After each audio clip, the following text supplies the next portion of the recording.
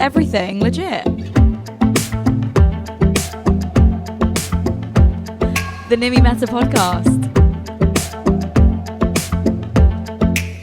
Gary Vaynerchuk, welcome to Dubai. Thank you. We are absolutely honoured to be with you here today. We know you're a man under demand, so we're going to just enjoy our moment here with you today. Thank you, guys. Thank you for being here. We're going to start off just first off, get straight in there because we had a lot of questions through from our listeners.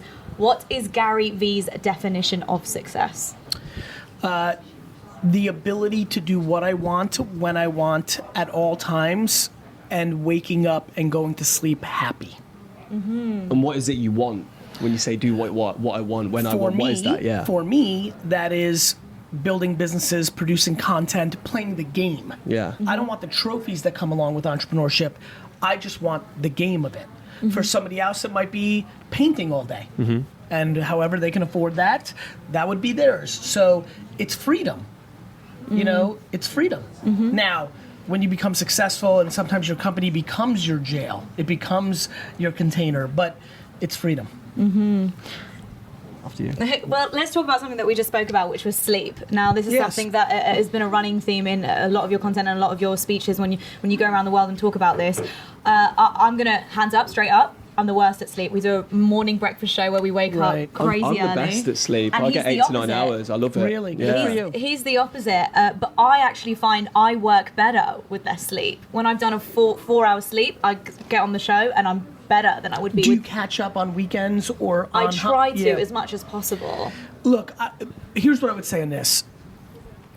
I'm such a big fan of work ethic, but I'm very concerned that people think just working 20 hours a day means you're successful. Mm-hmm. It does not. Mm-hmm. And so I think it's important to have balance. And yeah, I'm a very big proponent of sleep, and I think people should have more of it, not less. I think people should be more productive when they're awake. Mm-hmm. If you have huge ambitions, it's about your production while you're awake, not the fact that you don't sleep. Mm-hmm. Mm-hmm. Now, I saw you in Sharjah last year, and just you on stage blows me away. You're incredible, you're inspiring, and you're always on the pulse. So the thing that stuck with me that you said, and I went home and I did it straight away, was Insta stories is the thing. Promote your Insta stories, get that sponsor post, and you said 99% of people aren't going to do it. Proud to say I'm one of the 1% that did. That makes me happy. What is the next thing? What's TikTok. Okay. Mm-hmm. And it's never the next thing. It's always the current thing. Okay. I never know what the next thing is. I'm not Nostradamus. Okay. But I do know what the current thing is. And by far the current thing, especially in this region, is TikTok. People laughed at us when we got on TikTok. We literally just opened one 2 weeks ago. People laughed at everybody when they got a Facebook because that was for college kids. People laughed when everybody got a Snapchat or an Instagram or got on YouTube or started their own podcast. People always laugh until they don't. Mm-hmm. Until they're the ones doing what you're doing as well. Until they're sat.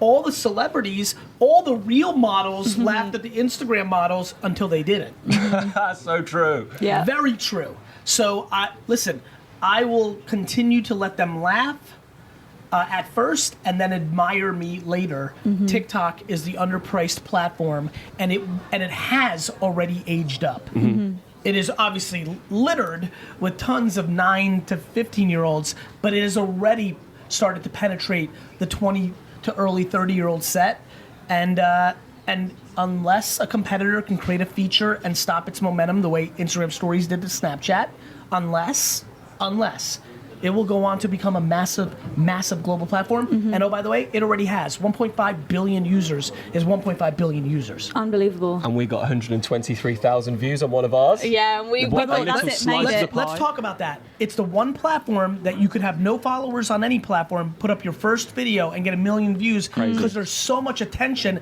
and there's not enough content yet. Yeah. And that will change in 4 years. And then it's just gonna be like Instagram now, where you post your first thing and gets 3 views.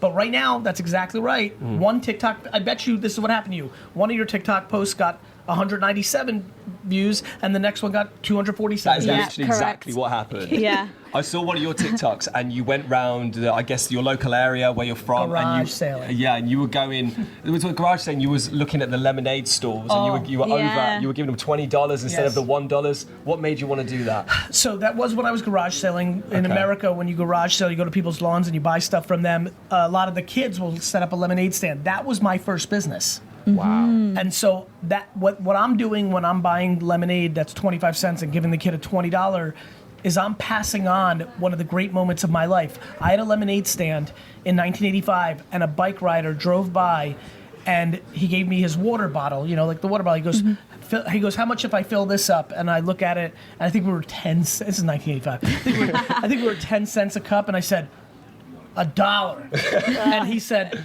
okay. And I fill it. I'm so pumped. I mean, he didn't finish saying okay, and I had it filled. And then he gave me a 10, and he said, keep the change. Wow. I'm sitting here 34 years later telling you that story. Think about the impact that made.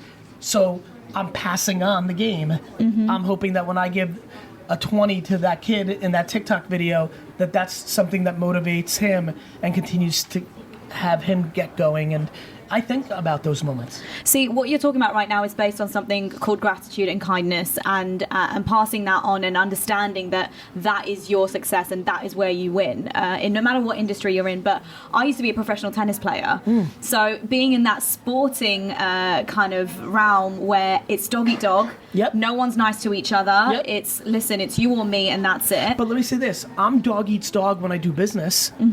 I bet you there was gals and girls that you played and you tried to destroy each other's faces, but when the match was over, you guys shook hands, and then later you might have even became friends with some of them and went out for drinks. To your point, people are very confused. In business, there doesn't seem to be the separation. Actually, before I don't want to finish this thought. I assume you played very hard and tried to destroy the face of the other girl, but some of those girls became your friends, or you liked them. Yeah, okay? I did, yeah. So guess what? That's how I think about business. I want to let there be, for all the kindness and caring and empathy and gratitude that I'm putting out in the world in words and actions, let there be no confusion. I'm trying to destroy every other business person on earth. So there's no kindness in business? No, there's kindness in business, but it's a very interesting nuance. You can be kind and still compete. Like, of course there's kindness. Like, I'm putting out my best information for free, which means, do you know how many social media agencies' entire strategy is watch me regurgitate it and sell it to clients? Those are my competitors. I bet they're studying that pack you just released as well. 100%. Like anything. 100%. But it still doesn't mean that when I go for a pitch against that agency that I don't want to beat them. So, you notice? Yeah. Got it. So it's like dog eat dog, and then a little bit later in the day, dog feed dog. Well, there's a couple things. In a tennis tournament, somebody ends up winning in the micro, just like in a business pitch. But in the macro, the world is abundant. I root for everybody because they're not taking out of me. I'm going to get mine. I'm going to get mine. Regardless. And so when I see other people winning more than me, I would give respect that they're executing. I laugh when people are mad at other people. They're beating you. Like, sorry. Just like in tennis, like you had more natural talent or you put in more work. It's not super confusing. Natural talent, work. That is the framework. I know we've got to wrap this. One more question, last thing. Gary, I have one fear. My biggest fear. Snakes? No. Okay. No. My biggest fear is getting a call that, my parents are no longer here because they have been brought up in a generation, let me quickly tell you, immigrants moved from Africa to the UK from a young age. They were in a generation where survival was key. They didn't have the privilege of us, where we talk about 18 to 30 years old, experiment, if you fail, get back up, it's fine. They didn't have that privilege. Yes. So now they're edging towards 60, nowhere near retirement, they're still healthy, they're cool. But how do you, as a child, you're also a parent, how do you then flip the script? Because right now I'm worried for them. I'm like, when are you going to slow down? I'm still going and I'm good to go. But how do you look after yourself? Well, first of all, you're a youngster, because I can promise you right now, 58 and 57 and 59 is ridiculously young. Yeah. That doesn't feel like that for us now because it's so far. Like, when you get to 59, I hope you remember this interview. Yeah. You'll be like, man, he was right. Like, I promise you, every 59-year-old that's watching this right now is like, I'm living. So A, there's that. And B, all you can do is anything. It's what I do every day. All you can do is educate. All you can do is say, hey, Mom, stop eating bad food. Hey, Dad, go to the gym. Hey, are you guys checking in? Yeah, but in a generation that is so cultured that work, even though they've done well for themselves and achieved beyond their dreams. But that may be their happiness. Yeah. Your ideology for them maybe is going on beaches and relaxing. But that's not what they want. In the same way that parents often tell kids what they should be, engineers and doctors, but they don't want to be. It's just the reverse. You just love them, that's all. Got it. Just support it. And communicate your truth. Sweet. Gary, thank you so Awesome. much. It's been an Thank you. honor. Have a you. great rest of your time here. Round of Dubai. applause for Gary Yeah. Vaynerchuk, please. Thank you.